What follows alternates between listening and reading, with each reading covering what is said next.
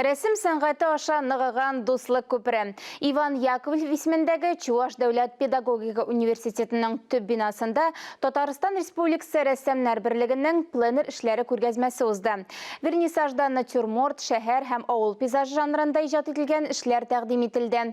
Республикара иҗади дуслык тулырында тулырак хәбәрчебез Мөршидә Җиһан сөйли. Күргәзмәнең университет залында оештырылуы очраклы түгел. Сәнгать график юнәлештә укыткан соңрак сәнгать һәм музыкаль белем бирү факультетына әверелгән Яковлев университетын Татарстан Республикасының күп кенә танылган рәссамнары тамамлаган. Алар арасында Анатолий Крылов, Эльфира Нигъматуллина һәм башка танылган рәссам осталары бар. Чараны оештыручы Чуваш Республикасының халык рәссамы Анатолий Данилов фикеренчә, күргәзмә аша милләтләр ара дуслык күпере ныгый. Дөньяны матурлык белән бергә дуслык Такуткара. Мы с Союзом художников Республики Татарстан дружим уже давно. Татарстан рәссамнары берлеге белән дуслыгыбыз бик күптәннән килә. Быел аеруча истәлекле булды. Хезмәттәшлекне юридик яктан да килешү төзеп беркетеп куйдык.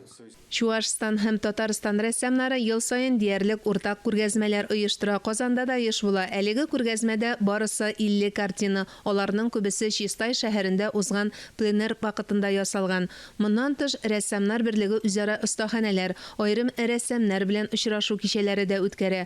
Алар өчен иң әһәмиятлесе күргәзмә. Бирегә куелган картиналарны Чуваш Республикасы Милли китапханәсенең Көмеш гасыр галереясында күрергә мөмкин.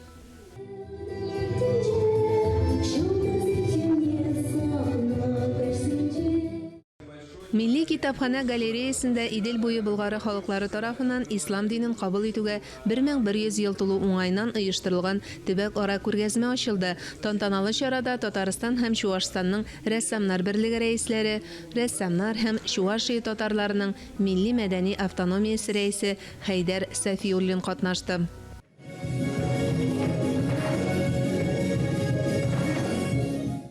Вакытлар аша дип аталган төбәк ара күргәзмә 26 июньгә кадәр дәвам итә. Мөршидә Җиһан, Ирек Хәмидуллин махсус Татарстан яңалыклары өчен Чабаксар шәһәреннән.